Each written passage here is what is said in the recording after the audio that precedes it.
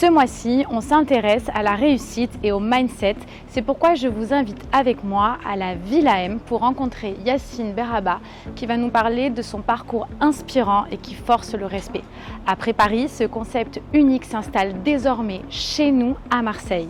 Il s'agit d'un hôtel avec une salle de boxe luxueuse qui comprend que des coachs de boxe diplômés, des champions, des profs de yoga, des profs de pilates, un lieu unique qui allie à la fois bien-être et élégance. C'est parti.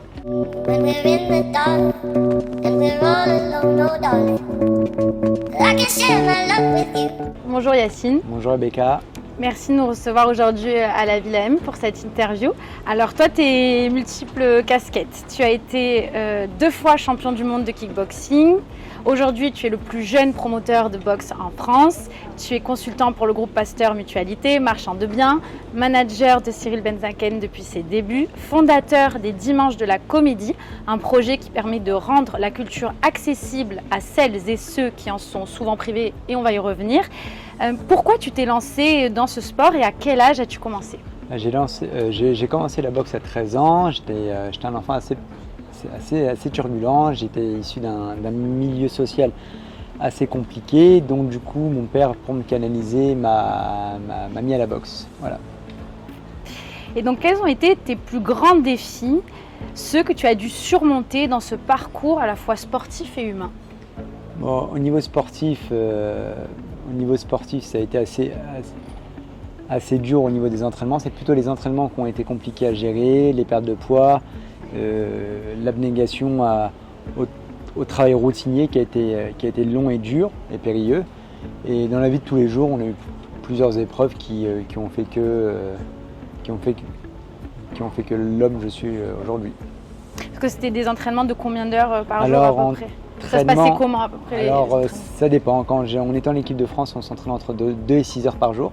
2 et 6 heures. Entre 2 et 6 heures par jour, avec une hygiène de vie assez réglementée, des taux d'aliments vraiment au gramme près. C'était assez compliqué à gérer mentalement, physiquement, mais on a réussi double champion, on le rappelle. À réussir.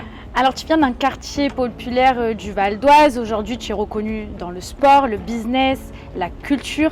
Qu'est-ce que ça représente pour toi ce chemin parcouru ? Finalement tu as transformé tes origines modestes en une source de force et qui du coup ont fait que tu as réussi. C'est le travail uniquement. Que le travail. Le travail, l'envie de réussir, l'envie de s'élever, être dur avec soi-même et dur avec toi-même, ça veut dire quoi ? Dur avec moi-même, c'est être encore plus rigoureux que beaucoup de personnes et en vouloir encore beaucoup plus que beaucoup de personnes. En 2012, tu organises ton premier gala de boxe à l'ESSEC. Alors pourquoi créer ça ? D'où est venue cette idée ? Alors l'ESSEC, c'est l'une des plus grandes écoles de commerce en France. J'avais mon ami Francisco Diaz qui était à grande école et moi je voulais intégrer un cursus qui s'appelle Entropia. Entropia, c'est un incubateur social au sein de l'ESSEC. Et pour incuber Entropia, il fallait que je fasse un événement et pourquoi pas commencer mon premier événement de boxe dans une grande école. Et ça a cartonné. Et à partir J'étais jeune. J'étais jeune, j'avais 21 ans. J'avais arrêté la boxe à ce moment-là. Pourquoi tu as arrêté la boxe à ce moment-là ? J'ai arrêté la boxe pour plusieurs raisons. C'est jeune, non, 21 ans ? 22 ans, ouais. J'ai arrêté la boxe assez jeune parce que j'ai commencé assez tôt. Et j'ai été au niveau assez tôt et j'ai voulu préserver ma santé et m'occuper de mon avenir professionnel assez rapidement. Alors aujourd'hui, tu es reconnu comme le plus jeune promoteur de boxe en France. Concrètement, qu'est-ce que ça signifie au quotidien ? Au quotidien, ça signifie pas grand-chose. Je me regarde pas dans une glace et je dis « Ah, c'est trop bien et tout ». Pas grand-chose, que le travail, le réseau et l'envie et le sérieux surtout payent uniquement. Tu organises des galas tous les combien ? Enfin, ça se passe comment ? Alors j'organise essentiellement maintenant des événements uniquement pour Cyril Benzaken, avec Cyril Benzaken et son frère. On organise entre 2 et 5 événements par an. Souvent dans des lieux assez atypiques. On a organisé au Grand Palais éphémère à Paris en face de la Tour Eiffel, au Cirque Phoenix, au Palais des Sports, voilà. Et le prochain gros événement, c'est au Grand Palais à Paris.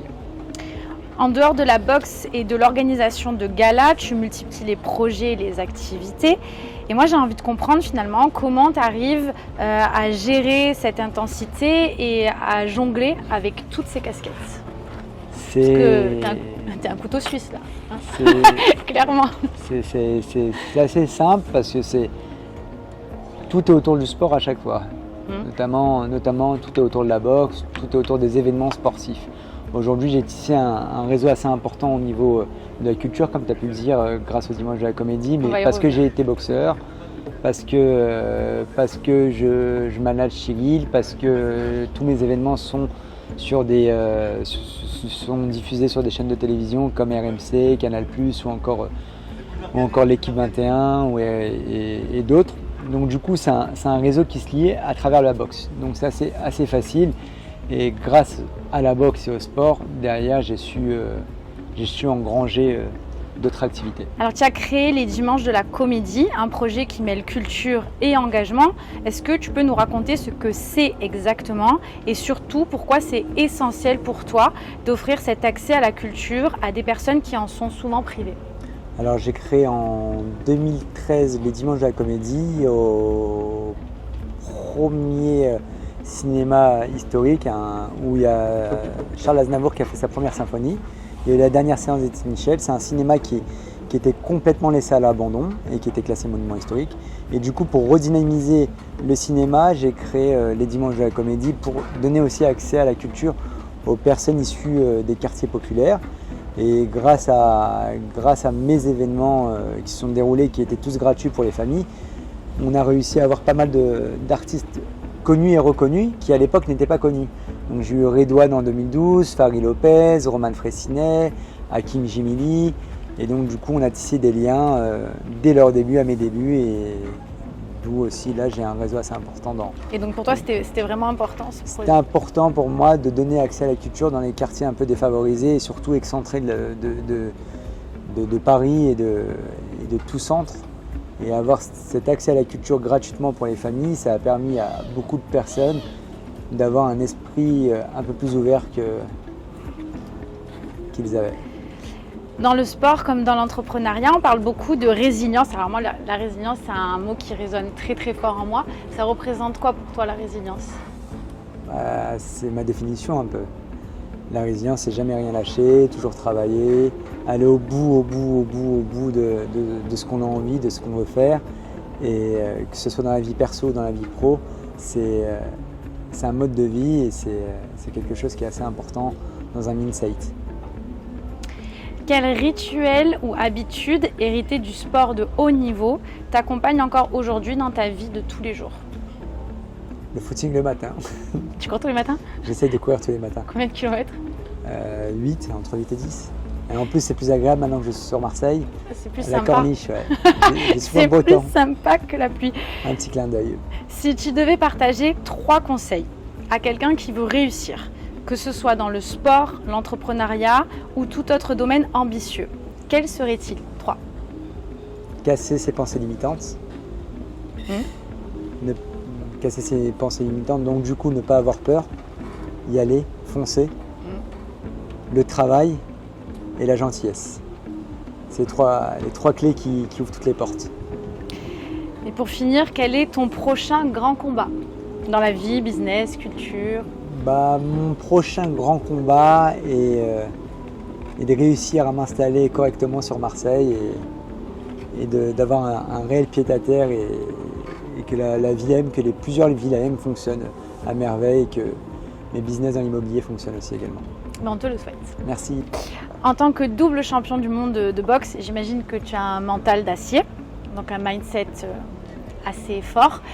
Comment ça t'aide dans ton quotidien, ça? Ça m'aide énormément parce que je lâche jamais rien et j'ai à la fois aussi des origines qui font que j'ai la tête dure et en plus de mon mindset de boxeur, c'est encore plus compliqué. Non, c'est moi, quoi. Ça fait partie complètement de mon identité et de ne jamais rien lâcher et de vouloir aller jusqu'au bout de mes envies, quitte à me prendre un mur, j'ai été au bout. Je ne lâche jamais rien. Est-ce qu'il y a une fois ou plusieurs fois, ça t'est arrivé que tu es allé trop loin et tu t'es dit non là je peux plus en fait, faut stop, genre j'arrête, c'est trop pour moi? Sur la vie professionnelle, jamais. J'ai toujours été au-dessus de mes moyens et sur ma vie perso, ouais, à plusieurs reprises, je dirais stop. Dis-nous en plus, s'il te plaît, sur la Villa M. Alors la Villa M a été un concept sport santé à la base pensé par Thierry Laurent, qui est un ami et qui est propriétaire des murs des hôtels de Paris et de Marseille, et bientôt de Lille. Et ce concept sport santé est un concept unique dans le domaine de l'hôtellerie parce qu'on propose des séances de boxe luxueuses pour et le personnel de santé à la base et pour le grand public. Mais quand tu dis sport santé, c'est-à-dire? C'est-à-dire que grâce à la boxe, on permet d'évacuer tout le stress qu'on a en soi et sortir de dépression. On a des méthodes bien spécifiques avec les cours de brise par exemple qui permettent aussi J'en ai fait un, j'ai pleuré. Qui permettent aussi d'évacuer tout le stress et tout le mal-être qu'on a en soi grâce à nos cours. Et ça existe depuis combien de temps? Depuis 4 ans aujourd'hui. 4 ans on a ouvert à Paris. À Paris. Et là, on vient d'ouvrir en août. Là. Le 25 août, on vient d'ouvrir à Marseille. Ok, et donc du coup, il y a des cours de boxe, il y a des cours de yoga, il y a des cours de pilates, il y a quoi d'autre? Cross-training. Et à Marseille, on a la chance aussi d'avoir un espace bien-être avec un jacuzzi, avec un hammam, une cryothérapie et un sauna. Il y a des massages? Et il y a des massages, mais qui sont à part. Donc, on dispose également de 22 coachs diplômés qui sont issus majoritairement de la ville de Marseille, mais on a également des coachs issus de l'intégralité du territoire qui sont descendus et on propose aussi des gros team building avec des champions français qui vont venir ici sur Marseille pour donner des cours à des entreprises. Donc finalement, tu es un entrepreneur? Finalement, je suis quelqu'un qui aime entreprendre et qui est passionné. La passion, c'est important. La passion, c'est important. Moi, ce qui m'impressionne, c'est que tu viens d'un quartier pauvre et avec d'un certain milieu, avec des codes, des façons de fonctionner. Et aujourd'hui, tu es un entrepreneur qui est reconnu et tu réussis dans ce que tu fais. Et comment, en fait, tu as trouvé la force de faire ça, tu vois? Parce que tu aurais pu rester que dans la boxe et finalement pas entreprendre et pas faire autre chose. La force... Tes parents, ils t'ont poussé? Pas forcément, mes parents ils m'ont pas forcément poussé. Ils t'ont mis à la boxe pour te calmer. Voilà, mais après, ils sont assez fiers de moi. C'est grâce à eux aujourd'hui que je suis là, parce que c'est des travailleurs. Ils m'ont toujours poussé à travailler, moi et mes frères. Je leur dois énormément à mes parents, à mes deux parents. Mais aujourd'hui, j'ai eu cette intelligence sociale de pouvoir évoluer à travers le sport, à travers la boxe. J'ai fait des rencontres qui m'ont permis, avant carrière et pendant ma carrière et après carrière, de rebondir sur d'autres sujets. Et j'ai saisi toutes les opportunités et j'ai été au bout de toutes les opportunités. Et grâce au sport et grâce à la boxe, c'est vrai que j'ai évolué socialement, mais il me fallait vraiment quelque chose d'humain. Donc j'ai évolué socialement, mais pas avec des cons, tu vois. Autour de moi, il n'y a pas de personnes ou de chefs d'entreprise qui ont pas de valeurs. On est toujours basés sur les mêmes valeurs. Les valeurs de travail, les valeurs de la réussite. C'est quoi tes valeurs pour toi? Les valeurs les plus importantes? Le respect, la parole, ça c'est vraiment quelque chose, et le travail. Et du coup, qu'est-ce que tu conseilles? Et la générosité. Et la générosité. Ça fait partie. De cœur. De cœur, ouais. L'humain, le vrai humain, quoi, pas le fake. Tu vois, quand quelqu'un t'aime pour de vrai. Quand quelqu'un veut t'aider pour de vrai. C'est pas il t'aide pour une contrepartie ou quoi que ce soit, tu vois. Et les personnes qui m'entourent aujourd'hui, que ce soit dans le sport ou dans l'entrepreneuriat ou j'ai pas mal de grosses personnalités politiques à Paris, à Marseille, qui sont très très proches de moi, c'est des personnes qui ont des réelles valeurs humaines.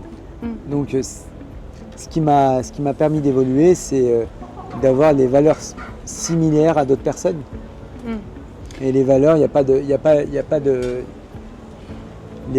social, tu vois. Tu peux être pauvre et avoir un max de valeurs et être très riche et avoir un max de valeurs.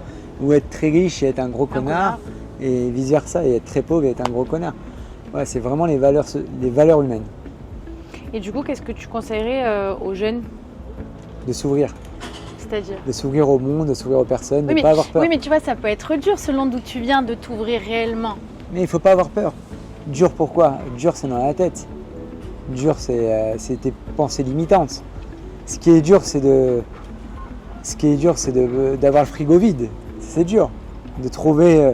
Il y a plein de Français aujourd'hui c'est très très compliqué pour eux. Ça, c'est dur. Mais après, dur, c'est de trouver une solution. Mais une fois que tu as la solution entre les mains, il faut y aller, quoi. C'est ça le truc. Faites pas avoir peur. Avancez, pas avoir peur. Et même si tu tombes. Sinon, bam. Non, mais nous, moi j'ai pris des KO. Tu as pris des KO? Non, j'ai pas pris de KO, c'est pas vrai. T'as pas pris de KO? T'as pris des KO ou t'as pas pris de KO? Non, j'ai pas pris de KO. Mais en fait, dans la vie de tous les jours, j'ai déjà pris des KO. Dans la vie humaine, j'ai pris des KO. Mais dans ma vie de boxeur, j'ai perdu des combats. J'ai perdu des combats devant des milliers de personnes. Et pour mon ego, c'était trop dur, tu vois. Il fallait se relever de tout ça. Et comment tu as fait? Et je me suis relevé. Comment t'as fait? C'est le mental du boxeur. Oui, mais comment t'as fait concrètement? C'est-à-dire quoi? J'ai tu regardé passes la crise, tu pleures, tu fais quoi? Tu regardes non. tes erreurs? Non mais raconte, moi ça m'intéresse. Comment tu fais quand tu te relèves d'une défaite comme ça? D'une défaite? Quand ma dernière défaite, elle était en 2000. Grosse défaite 2010, 2011, ouais, 2012. 2012 je crois. Non, 2010 ou 2011. En plus t'es un peu jeune, t'es un peu la cote, t'es sur Paris, tout le monde te connaît, tu perds. Tout le monde te montre du doigt parce que tu as la lumière. Quand tu as la lumière, c'est un peu compliqué quand même. C'est-à-dire que tu as la lumière, tu as un ego surdimensionné, tu perds, tu reprends tout à zéro. Et c'est là où tu t'ancres dans tes valeurs. Tu vois, quand tu perds quelque chose, tu dis « Ah ouais, j'ai perdu, hop, où sont mes erreurs ?» Tu te remets en question, tu essaies d'évoluer. Tu restes pas là à pleurer « Ouais, j'ai perdu, hein, non, c'est pas mon truc. » Quand je perds, je prends du temps, mais je me relève. Et quand je me relève, je suis encore plus fort qu'avant. Et tous les boxeurs ont cette mentale. C'est-à-dire que tu revois le combat et tu analyses tes erreurs. 98% des boxeurs qui sont montés sur un ring, qui ont perdu, ils sont remontés sur le ring pour gagner. Et après, ils ont arrêté la boxe. Mais on arrête. Ça, c'est ce que tu as fait? Tous les boxeurs que je connais, tous ceux qui m'entourent, on n'arrête jamais sur une défaite. Donc ça, c'est l'ego, c'est l'inconscient, c'est tout ça. C'est quelque chose qui est tellement fort. En fait, ça te rend plus fort. Ça me rend plus fort. Une défaite rend plus fort. Parce que tu apprends d'une défaite. Tu n'apprends pas d'une victoire. Tu n'apprends jamais d'une victoire. Enfin, tu apprends quoi? Tu as gagné, tu es content, tu fais la fête ou pas, tu es heureux. Bon, le résultat qui compte. Et quand tu perds, là, tu as une remise en question. Tu vois, où ça n'a pas été? Qu'est-ce que je dois faire? Comment je dois évoluer? Et ça, dans la vie de tous les jours, j'ai cette exigence de travail. Et dans la vie de tous les jours, et dans mon perso et pro, et quand j'étais boxeur aussi. La boxe a été mon école. Oui, j'ai fait Entropia, j'ai incubé les secs, mais j'ai pas de cursus scolaire à proprement dit. J'ai pas fait d'école de commerce, j'ai fait un bac, hop, j'ai fait ma carrière de boxe. Après ma carrière de boxe, j'ai évolué sur le tas, avec l'expérience de la vie. Comme vous l'aurez compris, la Villa M a ouvert ses portes le 25 août dernier, donc venez nombreux. Vous êtes les bienvenus.